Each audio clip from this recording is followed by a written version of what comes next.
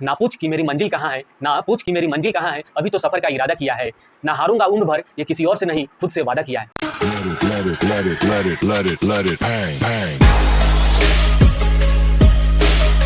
जय हिंद फ्रेंड्स, स्वागत है आपको अपने यूट्यूब चैनल और इस अल्फा सीरीज में। दोस्तों, जैसा कि मैंने आपको बताया कि आप लोग ने एक युद्ध का ऐलान कर दिया है और इस युद्ध को जीतने के लिए आप लोग ने एक सीरीज बनाया है, यानी कि युद्ध का रणनीति बनाया है जिसका नाम है अल्फा। तो इस अल्फा सीरीज के माध्यम से आप लोग 3 सब्जेक्ट को कवर करेंगे, फिजिक्स, केमिस्ट्री, मैथ। जो लोग जेईई की तैयारी करते हैं उनके लिए मैथ और जो लोग नीट की तैयारी करते हैं उनके लिए बायो। तो चलिए दोस्तों, आज की इस वीडियो में मैं आपको फिजिक्स का सबसे पहले ओवरव्यू देंगे कि आखिर फिजिक्स में पढ़ना कितना है, कैसे पढ़ना है। उसके बाद इसी वीडियो में मैं आपको कैपेसिटर का नोट्स प्रोवाइड कराऊंगा। तो चलिए सबसे पहले ओवरव्यू लेते हैं फिजिक्स का, उसके बाद नोट्स देखते हैं। दोस्तों, हम सब ने मिलकर एक युद्ध का ऐलान कर दिया है और युद्ध का ऐलान करने का मतलब एक ही लक्ष्य है, जीतना। और इसी जीतने के लिए अपना प्लानिंग रहेगा अल्फ़ा। तो चलिए अल्फ़ा सीरीज में देखते हैं कि आप लोगों को क्या क्या पढ़ना है। और तो इस अल्फ़ा सीरीज में आप लोग क्लास 12 के कवर कर रहे हैं, यानी क्लास 12 फिजिक्स, केमिस्ट्री, मैथ। जो लोग जेईई की तैयारी करते हैं उनके लिए मैथ और जो लोग नीट की तैयारी करते हैं उनके लिए बायो। दोस्तों, मैंने आपको पहले ही बता दिया था कि आप लोग एक योद्धा है, अपन लोग एक योद्धा है और ये योद्धा का एक ही लक्ष्य होता है, जीतना, सिलेक्शन लेना, मंजिल पाना। तो चलिए दोस्तों, जैसा कि मैंने आपको पहले ही बता दिया था कि इस वीडियो में मैं आपको क्लास 12 कैपेसिटर का नोट्स दूंगा। तो नोट्स देखने से पहले एक बार ओवरव्यू ले लेते हैं कि आखिर चैप्टर में क्या क्या है, फिजिक्स में क्या क्या है, इसको कैसे कवर करना है। बेसिकली फिजिक्स को देखें तो फिजिक्स को 4 चेला में बांटा गया है। 4 चेला in the sense 4 topic, 4 sections. तो इसमें अपना पहला टॉपिक आता है इलेक्ट्रोस्टैटिक्स एंड इलेक्ट्रिसिटी, दूसरा मैग्नेटिज्म, तीसरा मॉडर्न फिजिक्स और चौथा ऑप्टिक्स। तो दोस्तों, सिलेबस की बात करें तो टोटल फिजिक्स का 100% सिलेबस में से 40% सिलेबस आप लोगों को कवर करना है इलेक्ट्रोस्टैटिक एंड इलेक्ट्रिसिटी से। वहीं 30% सिलेबस आप लोगों को मैग्नेटिज्म से कवर करना है और 18% सिलेबस मॉडर्न फिजिक्स से और ऑप्टिक्स से 12%। वहीं जेईई और नीट की बात करें तो जेईई और नीट के लिए भी वही है, 40% सिलेबस इलेक्ट्रोस्टैटिक्स एंड इलेक्ट्रिसिटी से, 30% मैग्नेटिज्म और मॉडर्न फिजिक्स से 20-30 का रेशियो रहता है और वहीं ऑप्टिक्स से 10%। और बोर्ड्स की बात करें तो बोर्ड्स में सब में इक्वल डिवाइडेड है, 25%, 25%, 25%। तो चलिए दोस्तों, इसमें अपना पहला सेक्शन है इलेक्ट्रोस्टैटिक्स एंड इलेक्ट्रिसिटी। तो चलिए मैं आपको पहले इलेक्ट्रोस्टैटिक्स पहला चेला यानी इलेक्ट्रोस्टैटिक्स के बारे में बताता हूँ कि इसमें क्या क्या पढ़ना है, कैसे पढ़ना है। दोस्तों, इलेक्ट्रोस्टैटिक्स एंड इलेक्ट्रिसिटी में देखें तो इसमें आप लोगों को 3 चैप्टर कवर करना है। इसमें पहला है इलेक्ट्रोस्टैटिक्स एंड गॉस लॉ, वहीं दूसरा है कैपेसिटर और तीसरा है इलेक्ट्रिसिटी। तो अब तक की बात करें तो दोस्तों, अब तक मैं आपको इलेक्ट्रोस्टैटिक्स एंड गॉस लॉ का नोट्स में प्रोवाइड करा दिया हूँ, वो वीडियो आप ज़रूर देखें। उसके बाद आज की इस वीडियो में मैं कैपेसिटर का नोट्स प्रोवाइड कराने जा रहा हूँ। फिर नेक्स्ट फिजिक्स के वीडियो में मैं आपको इलेक्ट्रिसिटी का नोट्स प्रोवाइड कराऊँगा। तो चलिए दोस्तों, कैपेसिटर का नोट्स देखते हैं। तो दोस्तों, अल्फ़ा सीरीज के फिजिक्स में देखें तो फिजिक्स का दूसरा चैप्टर है कैपेसिटर। तो चलिए सबसे पहले कैपेसिटर का इंडेक्स देखते हैं कि आखिर इंडेक्स में क्या क्या है। इंडेक्स से आप लोगों को पूरा क्लियर हो जाएगा कि आप लोगों को क्या क्या पढ़ना है। तो इंडेक्स में देखें तो सबसे पहले अपना आता है about capacitor and properties of capacitor, आखिर कैपेसिटर क्या है और एंड प्रॉपर्टीज ऑफ कैपेसिटर। उसके बाद आता है कैलकुलेशन ऑफ कैपेसिटेंस।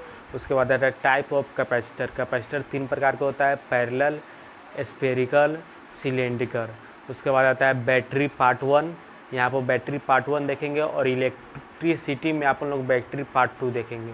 उसके बाद अपना है इलेक्ट्रोमोटिव फोर्स। उसके बाद है charging of capacitor with battery. उसके बाद है इनर्जेटिक्स ऑफ चार्जिंग ऑफ कैपेसिटर। उसके बाद आता है कॉम्बिनेशन ऑफ कैपेसिटर, ये भी 2 प्रकार का होता है, parallel combination and series combination. उसके बाद अपना है व्हीट स्टोन ब्रिज। उसके बाद कैपेसिटर एंड डाइलेक्ट्रिक्स। उसके बाद आता है dielectric breakdown and dielectric strength. उसके बाद आप लास्ट में देखेंगे टाइप ऑफ प्रॉब्लम, आखिर कैपेसिटर पर कैसा कैसा क्वेश्चन आता है जेईई और नीट में और बोर्ड्स में, वही आपको टाइप ऑफ प्रॉब्लम लास्ट के 2-3 पेज में मिलेगा। तो देखिए दोस्तों, सबसे पहले अपना है कैपेसिटर, अबाउट कैपेसिटर, कैपेसिटर क्या है उसके बारे में डिफिनीसन यहाँ प्रॉपर दिया है, जिसे आप बोर्ड्स में भी लिख सकते हैं और इससे क्लियर हो जाए। उसके बाद प्रॉपर्टीज ऑफ टाइपिकल कैपेसिटर, उसके बाद पोटेंशियल ऑफ कैपेसिटर, ये सब आपको दिया गया है। यहाँ पर फार्मूला दिया गया है Q=CV, फार्मूला बहुत इंपॉर्टेंट है। उसके बाद कैलकुलेशन ऑफ कैपेसिटेंस, इसका कैलकुलेशन कैसे करें। उसके बाद यहाँ पर डेरिवेशन भी दिया गया है बोर्ड्स में, बोर्ड्स के पॉइंट ऑफ व्यू से बहुत इंपॉर्टेंट है डेरिवेशन, इसको आप ज़रूर देखें।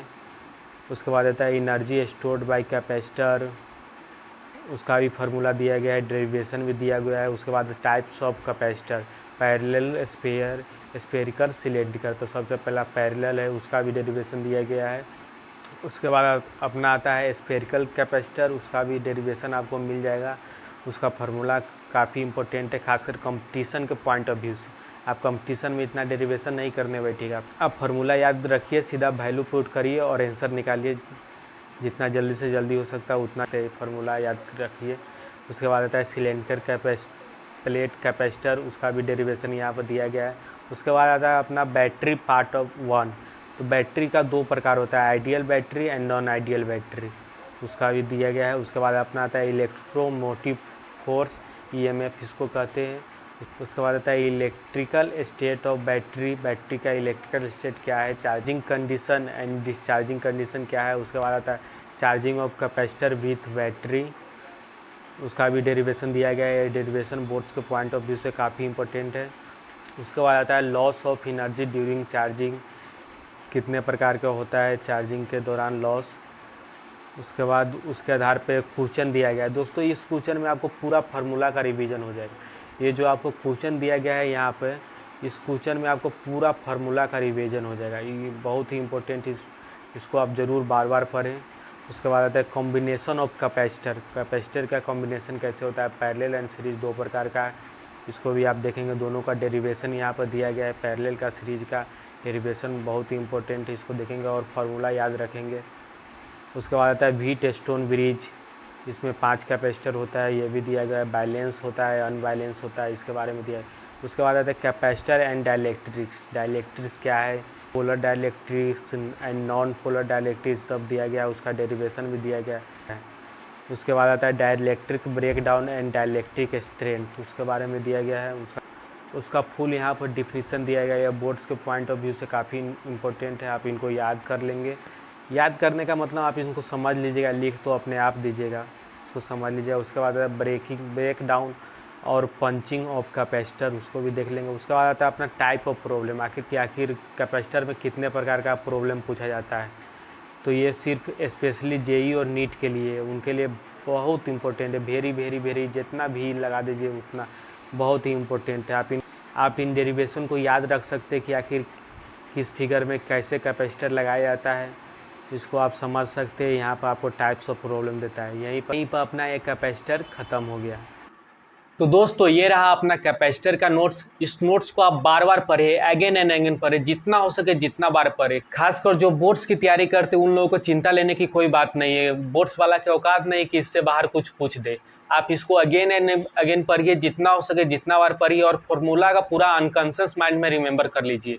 और जो लोग जेई और नीट की तैयारी करते हैं उन लोग इस नोट्स को पढ़े, इस नोट्स को समझे और फार्मूला तो जरूर याद करें। उसके बाद जितना हो सके जितना ज़्यादा से ज़्यादा क्वेश्चन का प्रैक्टिस करिए। कैपेसिटर में आप जितना हो सके जितना ज़्यादा से ज़्यादा क्वेश्चन का प्रैक्टिस करिए, क्योंकि जितना आपका स्पीड बढ़ेगा आप उतना जल्दी एग्जाम में उतना क्वेश्चन अटैम्प्ट कर सकते हैं। तो बार बार प्रैक्टिस करिए, जितना हो सके जितना previous year question, DPP module, DHA, जितना हो सके जितना ज़्यादा से ज़्यादा आप क्वेश्चन लगाइए कैपेसिटर के ऊपर, जितना ज़्यादा से ज़्यादा। और हाँ दोस्तों, इस नोट्स के अलावा कहीं भी कुछ नहीं पूछेगा, खासकर बोर्ड्स में। और जेई और नीट वाले इस नोट्स को पढ़िए, इस नोट्स के अलावा कहीं कुछ नहीं पूछेगा। आपको एडिशनल सिर्फ यही करना है कि आपको क्वेश्चन का प्रैक्टिस करना है, जितना हो सके जितना ज़्यादा से ज़्यादा क्वेश्चन का प्रैक्टिस करिए। अब चिंता करना छोड़ दो। दोस्तों अंत में आपको 2 लाइन सुनाना चाहूँगा। ना पूछ कि मेरी मंजिल कहाँ है, ना पूछ कि मेरी मंजिल कहाँ है, अभी तो सफ़र का इरादा किया है। ना हारूंगा उम्र भर, ये किसी और से नहीं खुद से वादा किया है। मिलते हैं नेक्स्ट वीडियो में। जय हिंद।